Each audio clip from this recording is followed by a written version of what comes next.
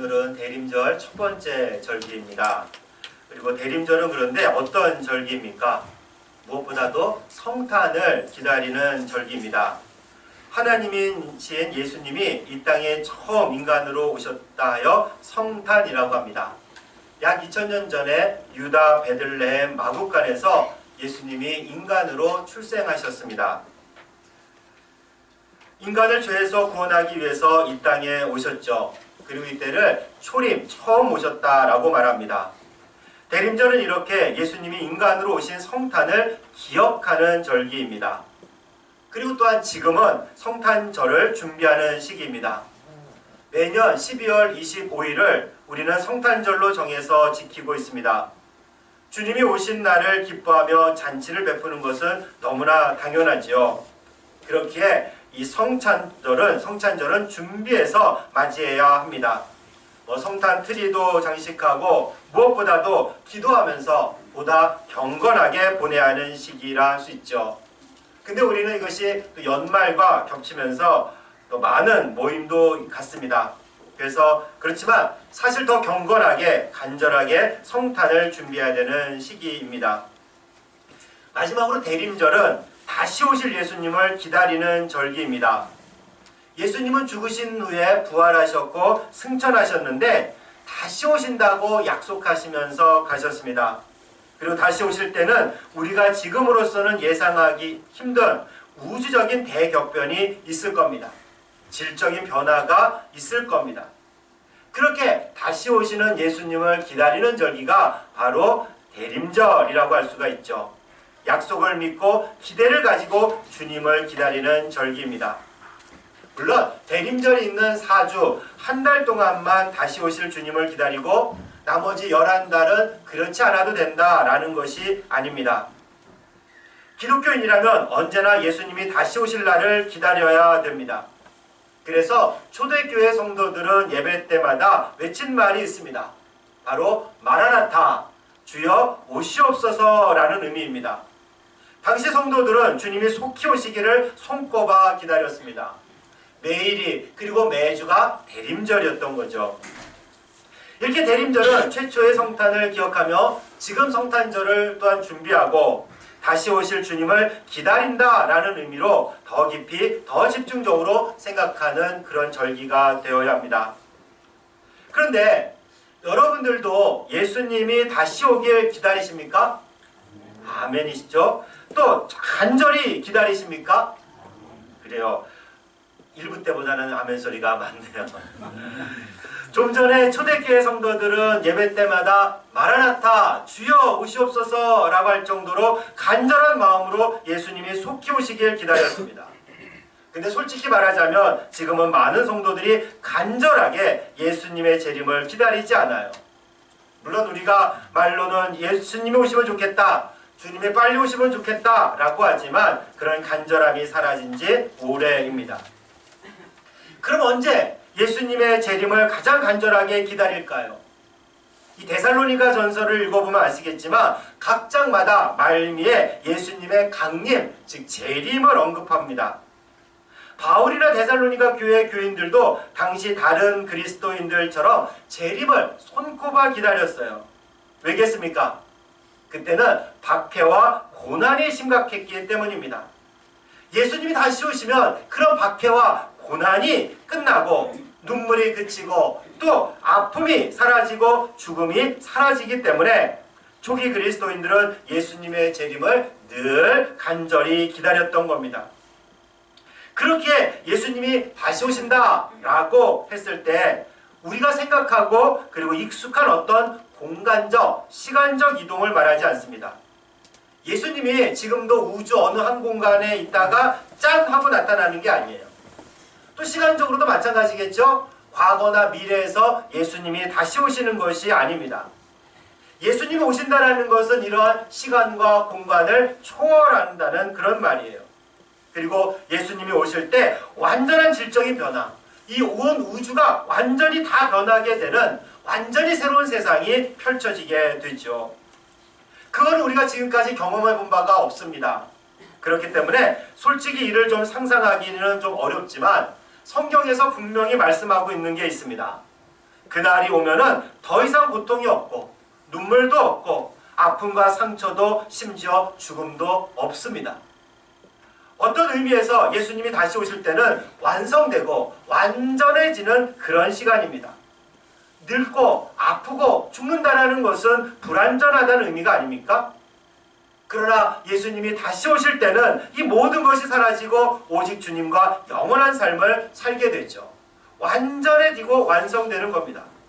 그래서 예수님의 재림은 이미 시작된 하나님의 나라가 완성되는 것이고 하나님 통치가 완벽하게 이루어지는 시기라 말할 수가 있습니다. 그래서 그리스도인이란 예수님이 다시 오시는 시기를 간절히 바라고 기다리는 이들이라고 할 수가 있죠. 사도 바울은 예수님의 재림을 기다리면서 데살로니가 교회에 편지를 쓰고 있습니다. 데살로니가 전서는 신약 성경 중 가장 먼저 기록되었습니다. 데살로니가는 그리스 아테네 다음으로 가장 큰 도시였죠. 이제 그리스 위쪽 지역인데 그 마게도니아라고 불리는 그 위쪽 지역의 수도였습니다. 사도 바울은 이곳에서 복음을 전하죠. 사도행전 17장에 따르면 새 안식일 동안 바울이 복음을 전했습니다. 그리고 이후 박해로 인해서 거의 야반도주하다시피 이 데살로니가를 떠나게 됩니다. 그러니까 학자들에 따르면 데살로니가에서 적어도 3주, 길어야 5개월 정도 머물렀다고 말합니다. 그렇게 짧게 복음을 전하고 사람들을 가르쳤지만 더군다나 바울이 없는 상황이었지만 교회가 또한 든든히 세워져 가는 것을 보게 됩니다. 그렇게 데살로니가를 떠난 바울이 얼마나 애가 탔겠습니까? 소식도 궁금했겠죠. 할 수만 있다면 본인이 직접 가보고 싶었지만 번번이 무산되었습니다. 결국 바울은 디모데를 보냅니다. 디모데가 그리고 데살로니가를 다녀와서 그 데살로니가의 소식을 전해준 다음에 이 데살로니가 전서를 기록합니다. 9절과 10절 말씀을 함께 봉독하겠습니다. 9절과 10절 말씀입니다. 우리가 우리 하나님 앞에서 너희로 말미암아 모든 기쁨으로 기뻐하니 너희를 위하여 능히 어떠한 감사로 하나님께 보답할까? 주야로 심히 간구함은 너희 얼굴을 보고 너희 믿음이 부족한 것을 보충하게 하려 함이라. 아멘. 사도 바울은 디모데가 전해준 소식에 기뻐하고 감사하면서 있습니다. 고난 가운데서도 믿음을 지킨다는 소식을 들었기 때문이죠. 물론 그렇다고 데살로니가 교인들이 모두가 완벽했던 것은 아닙니다. 특히 재림에 대해서는 오해하는 이들도 있었어요. 예수님이 곧 오신다 하면서 정말 일도 안 하고 놀고 먹는 사람들도 있었어요. 이제 오늘날로 보자면은 잘못된 종말론자들처럼 예수님이 곧 오시니 가지고 있는 재산도 다 처분하고 종교 집단을 따라 산으로 들어가거나 외국으로 피신하는 사람들이 그때도 있었습니다. 그래서 사도 바울은 직접 가서 그들의 믿음이 더욱 성장하고 성숙해지도록 돕고 싶어 했어요. 이어서 사도 바울은 데살로니가 교회를 위해서 기도합니다. 11절부터 13절까지 말씀인데 우리 함께 11절부터 13절까지 말씀 봉독합니다.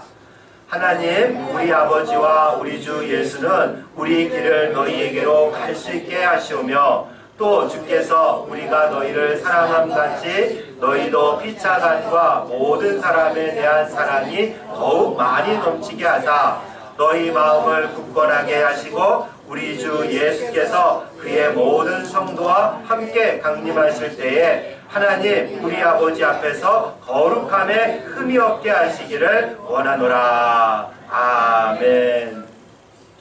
첫 번째 기도는 너희에게 즉 데살로니가 교회에 갈 수 있도록 간구합니다.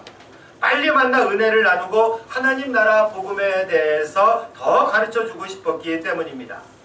그리고 두 번째는 사랑에 넘치길 기도합니다.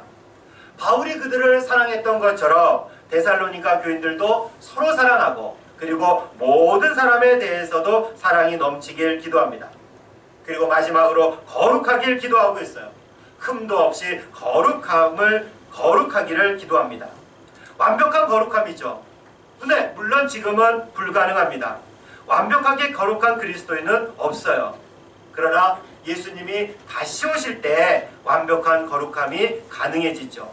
사랑도 마찬가지입니다. 오늘은 그래서 이 사랑에 대해서 좀 더 말씀을 나누고자 합니다. 12절 말씀에 보면은 쓰인 사랑이라는 낱말이 쓰였는데 이 낱말은 헬라어 성경으로 보면은 아가페라는 단어입니다. 우리가 교회를 좀 다녔다 싶으면은 많이 들어보셨겠죠? 이 헬라어로 보면은 사랑이라는 단어가 여럿 있다고 하면서 뭐 에로스니, 필로스니, 스트로게, 또 아가페니 하면서 좀 아는 척하는 목사님들이 설교를 많이 들었을 거예요. 그래서 흔히 우리가 에로스는 남녀 간의 사랑이고 필로스는 우정이고 그리고 스트로게는 부모의 사랑이고 아가페는 하나님의 사랑이다 라고 구분을 합니다. 근데 이것이 그렇게 딱 정확하게 떨어지는 것은 아니에요. 오늘은 그 중에서도 에로스와 아가페의 사랑에 대해서 조금 더 깊이 생각해 보겠습니다. 에로스라는 단어는 오늘날 우리 언어 생활에서도 많이 발견됩니다. 뭐 에로물이라든지 에로배우라 말하곤 하죠. 이는 남녀 간의 사랑, 특별히 육체적인 그런 사랑을 뜻합니다. 본래 이 에로스는 그리스 신화에 나오는 사랑의 신이에요. 그리고 로마 신화로 넘어가면은 이 신 이름이 바로 큐피드라고 바뀝니다. 우리가 왜 그림 같은 데서 보면은 화살을 들고 다니는 애기 있지 않습니까? 그가 바로 큐피드 신이죠. 그러나 본래 이 에로스 신은 그 성인이었습니다. 그래서 에로스가 쏜 화살에 맞으면 그 후 처음 본 사람과 사랑에 빠진다고 전해지는 그런 신입니다. 그런데 이 신화를 잘 읽어보게 되면요, 이런 해석도 가능해요. 에로스는 늘 결핍을 느끼는 존재입니다. 이 자기 속에 있는 결핍을 채우기 위해 누군가를 갈망하죠. 그래서 다른 사람을 이용해서 자기 만족을 얻으려 합니다. 그래서 매우 자기 중심적이고 그리고 이기적인 사랑을 말합니다. 그렇게 에로스는 남녀 간의 육체적 사랑만을 의미하지 않습니다. 야하다고 다 에로스가 아니에요. 자기 결핍을 채우기 위해 내 욕망을 채우기 위해서 하는 사랑은 다 에로스 사랑이라고 할 수가 있죠. 부족한 점을 서로 도와서 채우려는 것이 아니라 내 부족함을 채우기 위해서 다른 사람을 이용하는 거, 그게 바로 에로스 사랑입니다. 근데 이런 사랑은 언제나 문제를 일으켜요. 남녀 간에도 내 부족한 것을 채우기 위해 사랑하고 결혼하면 안 좋게 끝나는 경우가 많이 있습니다. 예를 들면요, 돈이 많이 버는 운동선수와 미녀, 배우나 아나운서가 결혼하는 경우에 그 끝이 별로 좋지 않을 때가 많이 있습니다. 100% 그런 것은 아니지만 연예계 소식을 한번 보십시오. 이게 보면은 이런 조합들, 이런 뭐 운동부터해서 돈 많이 버는 운동선수와 미녀 배우가 결혼하는 그런 조합에서 보면은 그 끝은 항상 이혼으로 끝날 때가 많이 있어요. 이렇게 생각만 해도 벌써 생각나시는 분들이 몇 분 있으시죠? 자기에게 부족한 것을 바로 그 사람을 이용해서 이루려 하기 때문입니다. 근데 이런 에로스 사랑은 남녀 간에만 있는 것이 아니라 부모와 아이들 사이에서도 볼 수 있습니다. 아이들에게 공부를 강요하는 부모들이 있죠. 자녀를 사랑하고 자녀가 잘 되기는 마음으로 공부에 힘쓰라고 말합니다. 그래서 부모는 정말 돈도 열심히 벌어서 학원비와 과외비를 대줍니다. 반면에 어떤 부모들은요, 자녀를 위해서가 아니라 자신을 위해서 아이들에게 공부를 강요합니다. 자신이 못다한 꿈을 이루기 위해서 아이들이 이루어주길 바라는 마음에서 말입니다. 나는 못하지만 이제 내 아이가 그것을 해주기를 바랍니다. 대리만족이라 할까요? 그래서 그것을 위해서 아이들을 닥달하죠. 숨 쉴 틈을 주지 않아요. 고3이 되면 교회도 못 나가게 하고 학원으로 뺑뺑 돌립니다. 이것도 바로 부모의 사랑이긴 하지만 에로스 사랑이에요. 바로 자기 자신을 위해서 아이들을 희생시키기 때문입니다. 아이들을 통해 자신의 결핍을 채우려 하기 때문이죠. 근데 오늘 사도 바울이 말하는 사랑은 에로스가 아닙니다. 분명하게 아가페라는 단어를 사용하고 있어요. 흔히 우리는 우리를 향한 하나님의 사랑, 그리고 하나님에 대한 인간의 사랑을 아가페라고 합니다. 그러나 또 생각해보면은 하나님을 사랑한다고 해서 다 아가페 사랑이냐? 그게 또 아니에요. 가령 하나님을 이용해서 내 욕망을 채우려 한다면 그것이야말로 또한 에로스 사랑입니다. 성경에서 우상 숭배를 종종 간음이나 음행에 비유하죠.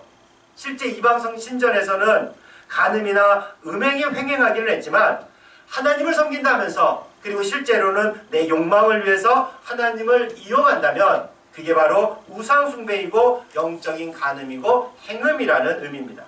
에로스 사랑이에요. 아주 적절한 비유입니다. 아가페는 그와 다릅니다. 먼저 희생적 사랑을 의미합니다.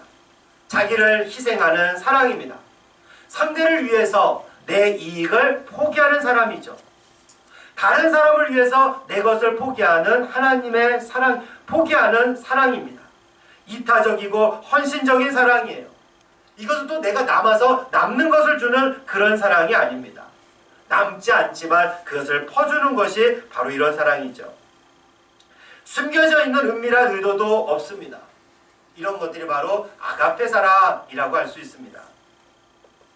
로마서 13장 10절에서 사랑은 모든 율법을 완성한다 라고 하는데 여기에 쓰인 사랑도 아가페란 단어예요. 특히 이 사랑은 예수님의 사랑이죠.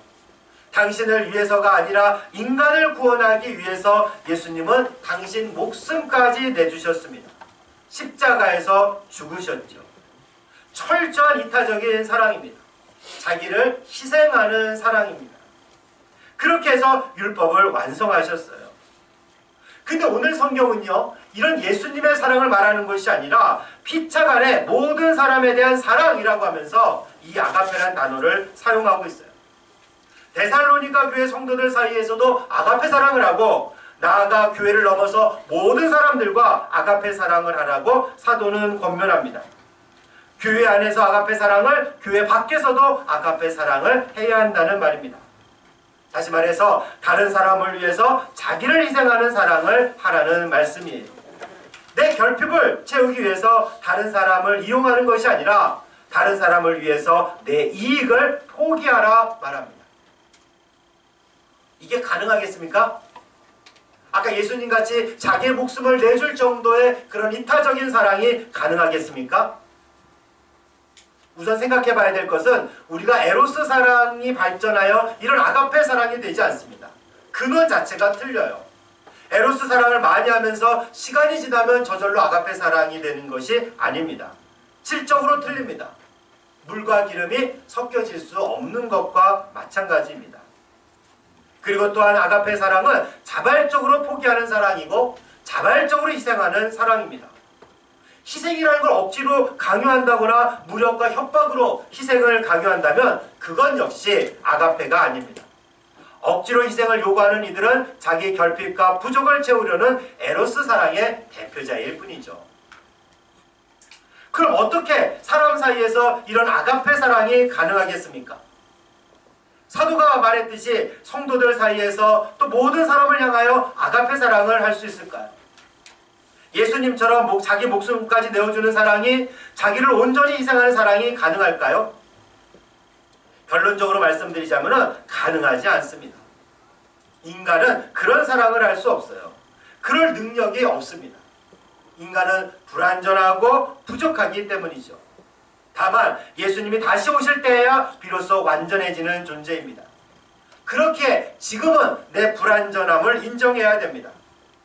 그렇다면 이런 불완전한 존재로서 어떻게 이런 숭고한 아가페 사랑을 할 수 있겠습니까? 그래서 우리가 이런 완벽한 아가페 사랑이라기보다는 실제로는 기껏해야 흉내낼 수 있을 뿐이다 라는 것도 인정해야 됩니다. 사도 바울도 마찬가지였습니다. 자신을 데살로니가 교인들에게 아가페 사랑을 했다라고 하지만 그도 흉내낼 수 있었을 뿐이죠. 성경을 읽어보면 곳곳에서 그는 자신의 불완전함을 인정했습니다. 로마서 7장 19절에서 이렇게 고백을 하죠. 내가 원하는 바 선을 행하지 아니하고 도리어 원하지 아니하는 바 악을 행하는도다. 아가페 사랑과는 멀었어요. 또한 그는 재림을 통해 완성을 기다리던 사람이었습니다. 로마서 8장 말미에서 이렇게 찬양합니다. 하나님께서 미리 정하신 자를 부르시고 의롭다 하시고 영화롭게 하신다. 완전하게 하신다 라는 말씀입니다. 우리 역시 그렇기 때문에 불완전함을 인정하고 예수님이 재림할 때 완전해진다는 소망을 갖습니다. 지금은 완전하지 않아요. 그렇죠? 그렇기 때문에 다만 흉내낼 수는 있겠다 싶습니다. 이미 우리 그리스도인들은 예수님의 완벽한 사랑, 이타적이고 희생적인 아가페 사랑을 경험했기 때문이죠. 그리고 우리도 예수님의 사랑으로 채워졌기 때문입니다. 내 결핍을 위해서 다른 사람을 이용하지 않아요. 우리는 이미 예수님의 사랑으로 가득 찰 수가 있기 때문이죠. 그래서 이제 내가 있는 곳, 내가 하는 일을 통해서 아가페 사랑을 한번 실천해 보시기 바랍니다. 완벽하지는 않아요. 다만 흉내낼 뿐이죠. 교회 공동체 안에서도 서로에 대해서 아가페 사랑을 할 수가 있어요. 성도 간에, 그리고 새로운 사람에게도 서로를 이용하는 것이 아니라 그 사람을 위해서 자발적으로 자기를 희생할 수 있어요. 이게 교회 아니겠습니까? 교회를 통해서 자기 이익을 극대화시키려 하거나 누군가를 희생시키려 한다면 그것은 에로스 사랑일 뿐입니다. 오늘 사도는 교회 안에서 만나는 사람뿐만 아니라 모든 사람, 세상의 모든 사람들에게도 아가페 사랑을 하라고 말합니다. 모르는 사람에게 어떻게 할 수 있을까? 그것은 내 중심을 버리면 됩니다. 내 중심이 아니라 예수님 중심으로 생각하면 무엇을 할지 알게 됩니다. 내 입장에서 공의와 정의를 생각하는 것이 아니라 하나님 나라 관점으로 공의와 정의를 생각하면 됩니다. 그래서 그런 공의와 정의의 관점에서 내 이익도 포기할 수 있을 때 아가페의 사랑을 조금 흉내낸다 할 수가 있죠. 근데 자기 이익을 포기하는 게 쉽습니까? 쉽지 않아요. 하물며 그것이 정당한 이익에도 불구하고 포기하기가 쉽지 않을 뿐만 아니라 불이한 이익일지라도 그래요. 내가 불이한 방법으로 그것을 얻는다 할지라도 그것을 포기하는 것은 쉽지가 않습니다. 그래서 아주 명언이 있지 않습니까? 내로남불이라는 아주 명언이 있어요. 내가 하면 로맨스요, 다른 사람이 하면 불륜이다 하는 말입니다. 정말 명언입니다. 그래서 같은 사안이지만, 그리고 같은 불법이지만 내가 하면 괜찮고 남이 하면 안 된다고 말합니다. 국회의원 공무원들은 모두 국민 세금으로 우리가 모두 먹이고 살리는 사람들입니다. 근데 그런 그들의 국민 세금을 엉뚱한데 사적으로 이용하게 되면은 우리는 비난하고 비판하죠. 근데 또 한편으로는 똑같은 국민 세금인데 유치원 원장은 그런 국민 세금을 사적으로 사용하면 되겠습니까? 안 되는 거죠. 자기 이해관계에서, 자기 중심에서 벗어나 하나님 말씀으로, 하나님 나라를 중심으로 정의와 공의를 기준으로 판단할 수 있어야 됩니다. 그리고 남을 희생시키는 것이 아니라 내가 희생해야 되는 거예요. 내 이익을 포기할 수 있어야 됩니다. 그래서 바로 이런 관점에서 가정뿐만 아니라 외국인 노동자 문제, 난민 문제, 성차별 문제, 그리고 부동산 문제, 일자리 문제, 남북 문제 등을 바라보십시오. 이런 문제 앞에서 에로스 사랑이 아니라 아가페 사랑을 위해서 무엇을 할 수 있을까? 내가 무엇을 포기하고 희생할 수 있을까? 사실 그래봐야 우리가 포기하는 것이 얼마나 되겠습니까? 내가 있는 가정, 마을, 직장, 교회, 또 동호회 등에서 흉내낼 수 있는 아가페 사랑이 무엇이 있을까? 오늘은 한번 생각해 보시는 날이 되시기 바랍니다. 내가 하는 일에서 어떻게 해야 아가페 사랑을 흉내낼 수 있을지도 생각해 보십시오. 아가페 사랑, 희생적인 이타적인 사랑이 우리 기독교 안에서도 어느덧 서서히 잊혀져 가고 있습니다. 물론 세상을 향해서는 사랑한다면서 여전히 구제하고 봉사하지만 오히려 어떻게 보면 나를 채우기 위한 에로스 사랑일 뿐일 때가 많이 있어요. 사랑하는 자매 형제 여러분, 교회력으로 한 해가 새로 시작하는 대림절입니다. 예수님의 재림을 기다리면서, 그 완벽한 세상을 기다리면서 아가페 사랑을 조금이라도 흉내내었으면 합니다. 내 것을 포기하고 다른 사람을 채워줬으면 좋겠어요. 그리고 이렇게 좀 흉내내다 보면 점점 더 예수님과 닮아가지 않겠습니까? 물론 그래도 한참 모자르겠지만 흉내내다 주님이 오실 때면 지금보다 조금 더 거룩해져 있겠지요. 사랑하는 여러분, 주님의 재림을 간절히 기다리며 잊혀져가는 아가페 사랑을 흉내내는 여러분과 제가 되기를 주님의 이름으로 축원합니다. 아멘.